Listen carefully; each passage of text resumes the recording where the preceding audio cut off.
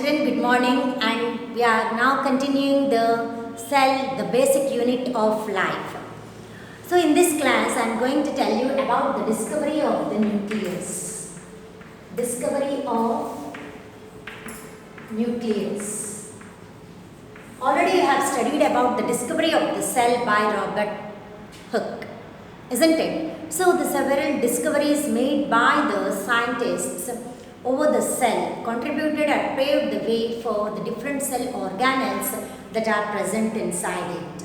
Okay, so the scientist by name Robert Brown, his contributions to the observation of the cell made him discover about the nucleus. Robert Brown. His life period was between 1773 to 1858. 1773 to 1858. So here he has made a significant contributions to the understanding of the cells. Among the different part of the cell is the integral part, the nucleus is the integral part of the cell, was mentioned by Robert Brown. What did he say? That the nucleus is the integral part of the cell. Most well-known part or the integral part of the cell. What is it? It is the nucleus. Nucleus is the integral part of the cell. Yesterday we have seen the differences between the plant cell and the animal cell, isn't it? So the plant cell consists of cell wall which protects it, the cell or body, and also it gives a rigidity to the cell, and it helps for the that is acts as a pressure vessel, isn't it? And it gives its protection from external factors also, and allows the plant to grow well. That is the cell, when it absorbs the water, the cell swells, and even if it doesn't have the cell wall, the cell swells and it dies. So it is very important for the plant to have the cell wall, and everything you have studied in the previous class. And the round dense body that you have observed in the plant cell and the animal cell of the onion peel cells or the chick cells, you have observed that there is a dense part, the circular spot is present inside the cell, that is called as the nucleus, which is the integral, most well known or the integral part of the cell. Before him, Felix Fontana in between 1730 and 1805. So before him, Felix Fontana, his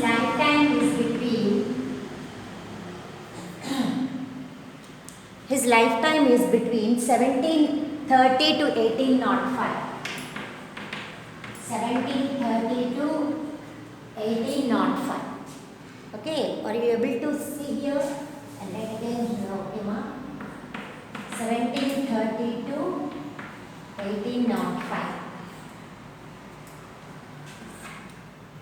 Before him, the scientist Felix Fontana was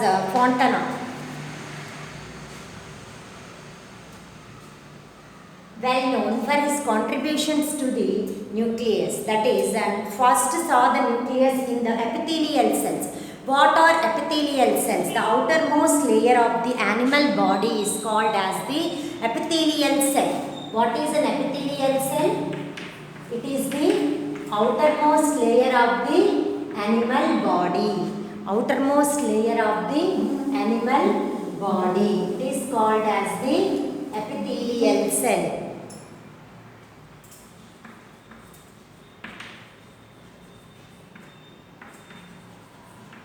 Layer of animal body. He observed, Felix Fontana observed the epithelial cells of the animal bodies and found the nucleus for the first time. But his contribution was in 18th century. As you know well, he was in between the 1730s to 1805, isn't it? and hence the credit for observing the nucleus in different cells or different kinds of cells and recognizing it as the most integral part of the cell goes to Robert Brown.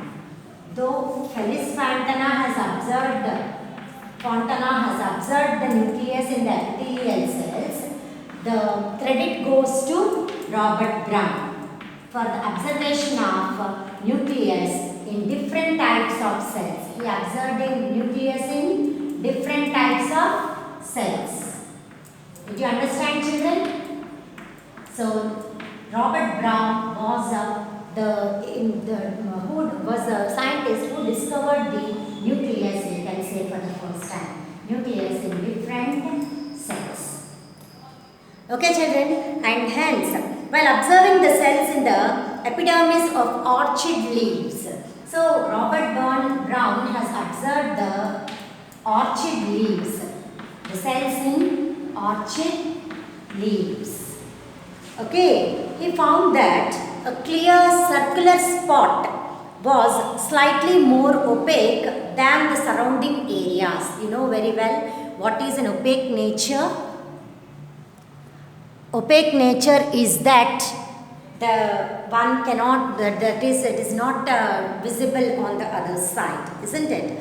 So it is of opaque nature, and noted that similar structures were present in the other cells, and this structure was an integral part of the cell, and he called it as nucleus. And so he called the term nucleus, which is the most integral part of the cell. He observed different types of cells and said that the nucleus is the most integral part of the cell. And this was the year in 1831, which means that it was a gap of around 150 to 175 years between the first recorded observation of the cells around the year 1650. So in 1831, so his period was between 1773 to 1858. So in 1831, he gave the term nucleus. In 1830. So nearly of when the Felix Fontana has observed in 1730 to 1805 his period was. So he observed the nucleus, but he could not term the word as nucleus. But Robert Brown observed the same circular spot as an opaque substance or the nature of that circular spots present in this cell and called it as a nucleus, and it is the most integral part of the cell. Okay, so it took about 175, that is about 150 to 175 years between the first recorded and the observation of the cells and observation of the nucleus. As you very well know, that observation of the cell was made in the year 1665 by Robert Hooke, isn't it? So in 1830, about 175 years, 50 to 175 years it took place to know the nucleus. So cell was discovered in the year 1665 by Robert Hooke, whereas nucleus was discovered in the year 1830. So the variation about 170 years is there between the discovery of the cell and the nucleus. And the observation when the Robert Brown saw, when he observed the nucleus for the first time, was he could see we can also see three stomata. These are the pores through which the leaves exchange the gases. So the stomata, as I told you in your previous class, that the stomata or the pores, tiny pores present in the leaves, epidermal layer of the leaves, which helps for the exchange of gases, transpiration, and also photosynthesis. Okay, this is how he has observed the nucleus and also the stomata. What Robert Brown saw when he observed the leaf is that he also saw the tiny pore called as the stomata. Okay, yes.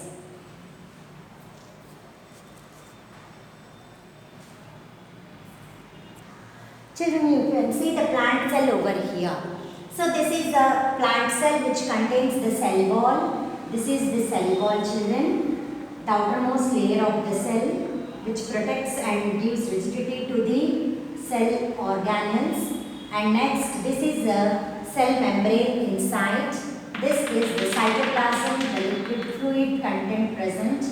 This is cell wall, cytoplasm, and this is the nucleus. This is the nucleus, and this is vacuole.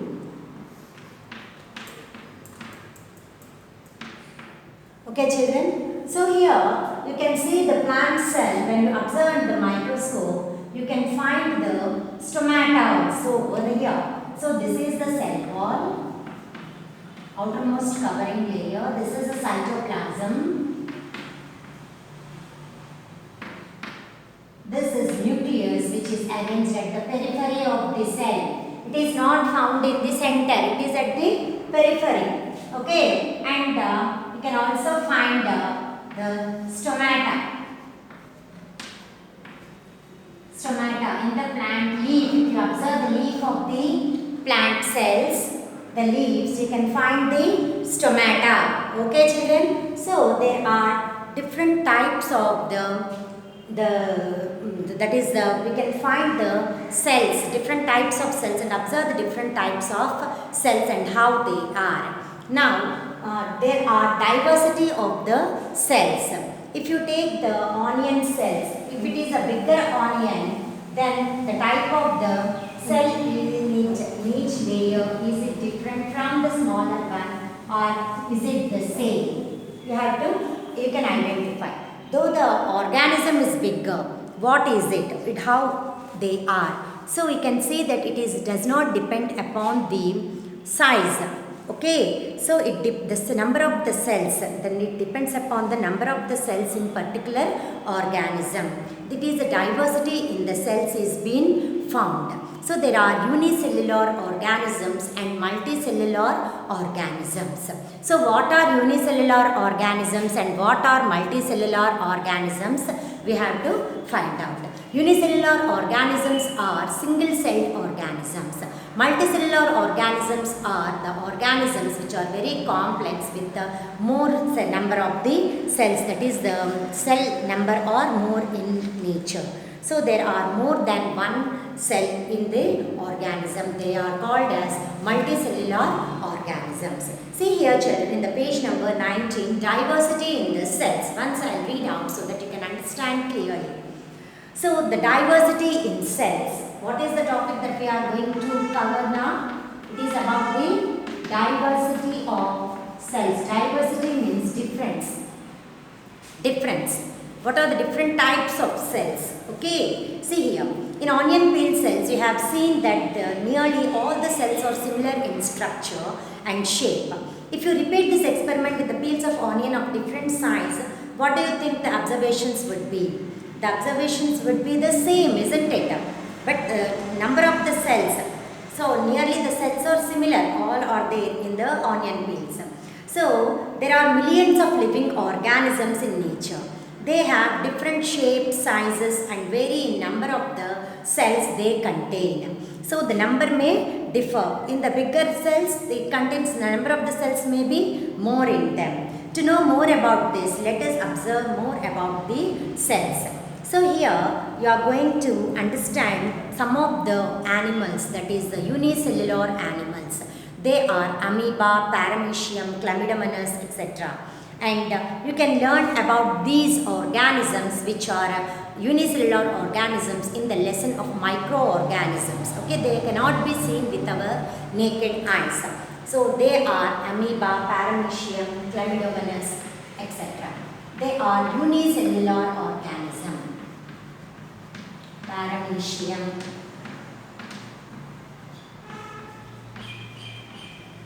chlamydomonas. Try to understand the spellings also and pronunciation well. Amoeba, it's also a unicellular organism. They contain only single cells. They are unicellular organisms. These are unicellular organisms. So organisms are divided into two types. They are unicellular organisms and multicellular organisms. These are unicellular organisms. They have single cell and they are the simplest creatures. Have single cell in their body structure and are simplest creatures, simple creatures. Okay, unicellular, minute, microscopic organisms, and they are individual form and live together, and their life processes are performed by only the single cell.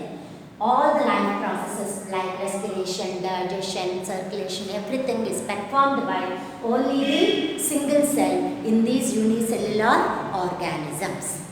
Okay, children, and about the multicellular organisms.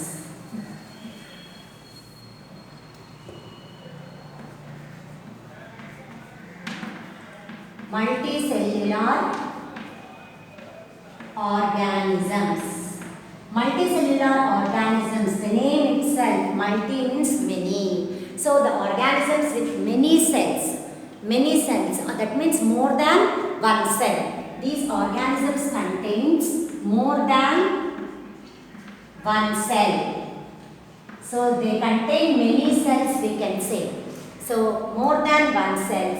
So they are called as multicellular organisms. More than one cell they contain. So they are called as multicellular organisms.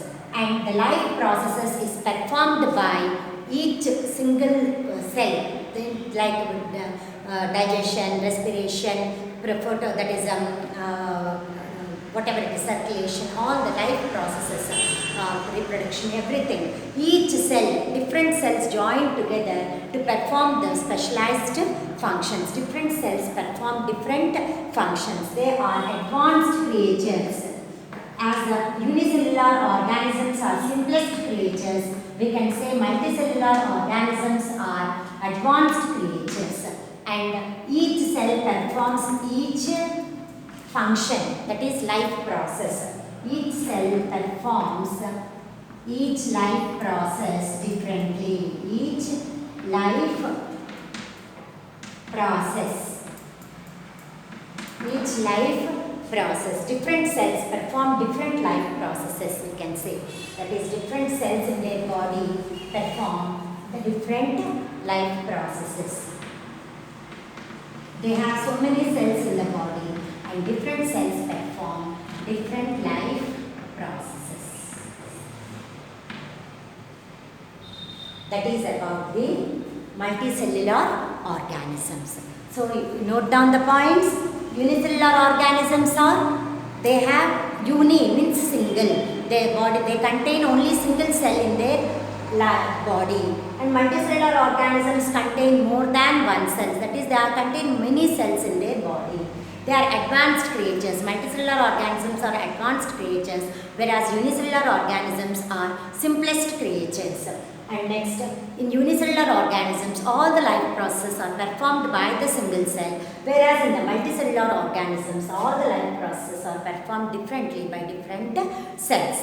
Different life processes are performed by different cells in their body. Now we will see what are the different processes performed, that is taking in food, respiration, excretion, growth and reproduction. Ingestion, digestion, excretion, respiration, reproduction, etc. are the life processes which are being performed by the different cells in our body, as I said you earlier. So the different, observing the cells are in the leaf. So what are the leaves, and you know that the cells we observe in the leaf. First you note down this, later I will tell you about them. See children, this is a chlamydomonas, picture of chlamydomonas. You have to identify the pictures also. So it contains the cell membrane. This is the cell membrane, children. So it has the tentacles. This is the cell membrane, and this is the nucleus inside food vacuole and cytoplasm. These are the tentacles through which it moves. We can learn about this in the higher classes and how does it move and what is the locomotion, taking in of food, everything. So here you know that it contains only a single cell organism. All the life process are performed by the single cell. And another unicellular organism is amoeba. This is amoeba. It contains the lobe-like structures called the pseudopodia through which it moves, and it has a nucleus in the center, and this is the cytoplasm granules, and the body completely contains the cytoplasm and food vacuoles, the contractile vacuoles also present. I will show you. It is irregular in shape. It contains nucleus, contractile vacuole, and the pseudopodia. These are pseudopodia which helps the animal to move. They are contractile vacuoles.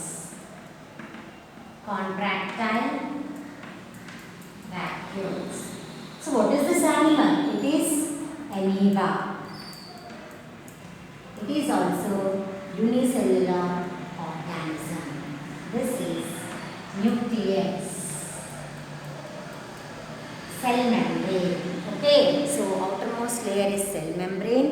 These are the lobe-like structures. These are called as pseudopodia. Pseudo means false. Podia means feet. They have false feet. They resemble like feet, but they are not so. They are false feet, and you learn about them in a higher classes. So this is about the irregular body, irregular shaped structure. You can observe this under the microscope only. They are unicellular organisms, minute and microscopic organisms. Okay, and E. coli or the bacteria, they are of different shapes like rod shaped, spiral, anyway. You can find the bacteria. Okay, so under the microscope you can find the structure of the bacteria. They are of rod shaped. Okay, so bacteria, different shapes of bacteria are also present. And next, you can find, I also told you about the leaves. If you observe the grass blade under the microscope, take a grass blade, cut it, a layer of it, and put on the grass slide, and add a drop of water and a methyl orange to dye it, and then put a cover slip over it, and without any air drops try to keep it over the stage of the microscope and observe under the microscope. Then you can observe the stomata present in the leaf. They are of rectangular in shape, grass blade. So if you take a grass blade and cut it and take it on a glass slide and observe under the microscope, you can observe that rectangular shaped cells, that containing the grass blade containing the rectangular shaped cells, and these stomata. The stomata are of the shape. The stomata are of the dumbbell shaped structures. Stomata are of dumbbell shaped structures. Okay.